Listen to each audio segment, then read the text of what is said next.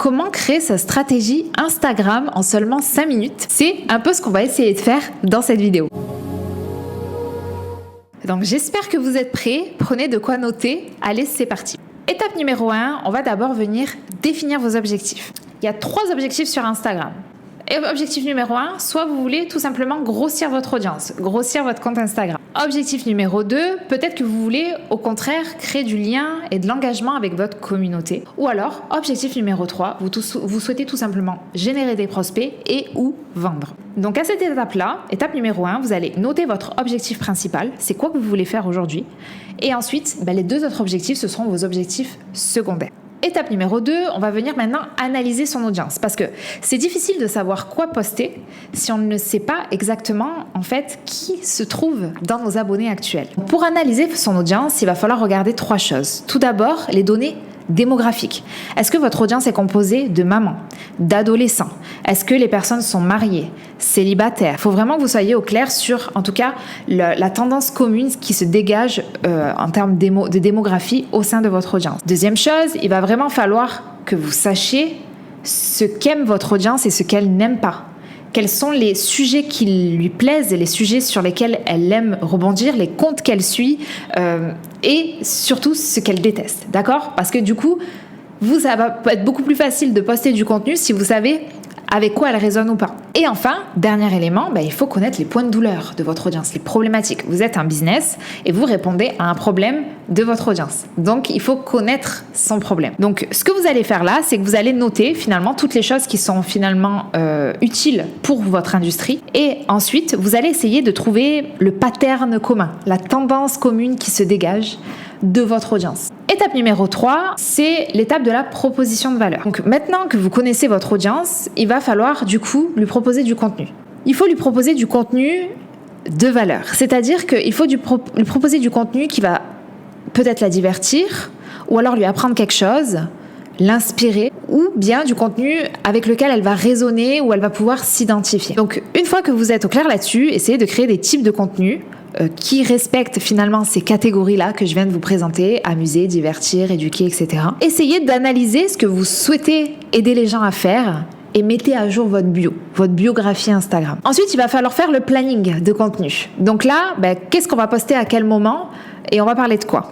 Donc, pour les idées, vous allez tout simplement demander à votre audience quelles sont les questions qu'elle se pose le plus souvent et là, ça va vous faire une banque d'idées. Pour les formats, vous avez différents formats sur Instagram. Je vous conseille d'alterner entre les Reels, les carousels et les photos toutes simples. Surtout, attention, ayez toujours en tête votre objectif. Si votre objectif, c'est de développer votre audience, en fait, de grossir votre compte Instagram, en termes de format, essayez de faire davantage de Reels, de vidéos verticales. Si, au contraire, votre objectif, c'est plus de développer votre communauté, de créer du lien, de l'engagement, à ce moment-là, moi, je vous conseillerais de vous focaliser plus sur les photos. Les photos, vous parlez de vous, vous racontez des fun facts, etc. Enfin, si votre objectif, c'est plutôt de générer des prospects et de vendre, vous pouvez faire un mix de tout. Vous pouvez faire à la fois des Reels, ou peut-être des Reels face cam, où vous parlez de votre expertise. Vous pouvez faire des carousels et vous pouvez publier des photos, vous pouvez faire un mix. Et évidemment, il ne faut pas oublier la fréquence de contenu. Il faut être au clair sur à quel moment de la semaine vous souhaitez poster et à quelle heure. Et ensuite, quand tout ça est fait, il faut se concentrer sur les fonctionnalités d'Instagram. L'idée ici, c'est de savoir sur quelles fonctionnalités vous allez mettre le focus en fonction de votre objectif. Si l'objectif de départ, c'était de grossir votre audience, à ce moment-là, la fonction que vous allez utiliser et qui correspond le plus sur Instagram pour développer sa visibilité, ce sont les Reels, mais aussi les lives. Les lives Instagram, ça fonctionne très bien. Si votre objectif de départ, c'était plutôt de créer du lien avec votre communauté, à ce moment-là, tout va se passer en story.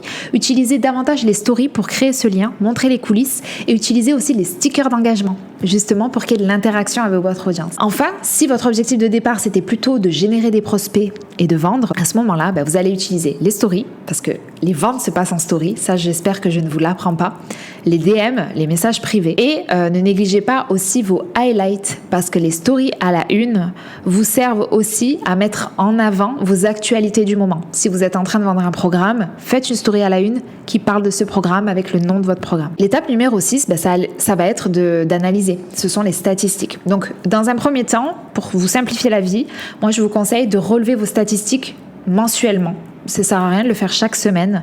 Par contre, en fonction de votre objectif de départ, les statistiques que vous allez analyser vont pas être les mêmes. Si votre objectif de départ, c'était de grossir votre audience, à ce moment-là, les statistiques que vous allez analyser, ce sont plutôt le reach, la couverture, d'accord? Si par contre, votre objectif de départ, c'était de créer du lien avec votre communauté, de créer de l'engagement, à ce moment-là, ce que vous allez regarder, ce sont les contenus. Vous allez regarder les contenus dans vos statistiques et regarder quels sont les contenus qui ont eu le plus d'engagement, c'est-à-dire le plus de likes, le plus de commentaires, le plus d'enregistrements. Enfin, si votre objectif de départ, c'était de générer des prospects et de vendre, en fait, de renvoyer les gens vers votre page de vente, vers votre page de réservation, à ce moment-là, la statistique que vous allez regarder, ce sont les clics sur le lien en bio, c'est-à-dire le lien qui est dans votre bio Instagram, combien de gens ont cliqué sur ce lien, du coup pour aller voir ce que vous avez à offrir.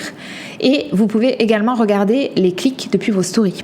Voilà, tout simplement. Donc j'espère que cette mini masterclass vous aura en tout cas donné quelques clés pour en savoir plus sur comment on crée une bonne stratégie de contenu sur Instagram. Et si vous voulez en savoir plus, si vous voulez aller un peu plus loin, moi je vous conseille de regarder mon challenge gratuit de 5 jours. Je vous mets le lien sous la vidéo et dans ce challenge, je vous explique pendant 5 jours, comment attirer des clients sans prospection sur Instagram. On va parler de stratégie de contenu, mais on va parler aussi de fondation business, de ces éléments dont on a besoin pour construire un bon business. On va parler d'image de marque. Bref, c'est une super semaine. Je pense que vous allez passer avec moi. Le lien est sous la vidéo et en attendant, je vous conseille de regarder cette vidéo-ci dans laquelle vous apprendrez encore plein de choses sur l'univers d'Instagram. Je vous souhaite une merveilleuse soirée et je vous dis à très vite.